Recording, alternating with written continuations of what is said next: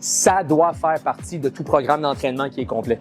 Oui, je conseille à tout le monde de faire du deadlift, c'est sûr, mais le monde se concentre pas sur les bonnes choses quand ils font du deadlift. Ils se concentrent sur le vélo, ils se pensent à garder un dos plat. Le focus devrait vraiment être au niveau du mouvement de hinge, le mouvement de bascule dans le bassin. C'est ça qu'il faut travailler. Tu sais, la première chose que tu veux enseigner, ça peut être juste avec un manche à balai où tu enseignes la personne à juste garder le dos plat, puis que le mouvement vient vraiment de la hanche. Fait que ça, c'est le hinge là, que je te parlais tout à l'heure. Après ça, c'est sûr qu'on peut aller avec un mur en arrière. Tu sais, ce qu'on cherche ici, c'est vraiment de pousser vers l'arrière, enseigner à reculer les fesses, mais en gardant le dos plat. Fait que si tu sens que tu touches trop rapidement, tu t'avances un peu plus, ça te force vraiment là, à pousser vers l'arrière, puis mettre la tension dans les ischios puis dans les fessiers.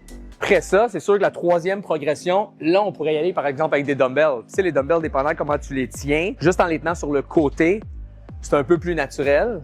Puis si on veut venir plus vers un mouvement, justement, de deadlift, ben on a juste à les emmener en avant. Tu sais, c'est corps complet, ça travaille la chaîne postérieure. Pour les sportifs, c'est un must. Mais en même temps, si je prends une boîte, je fais une forme de deadlift aussi. Fait que ça doit faire partie de tout programme d'entraînement qui est complet.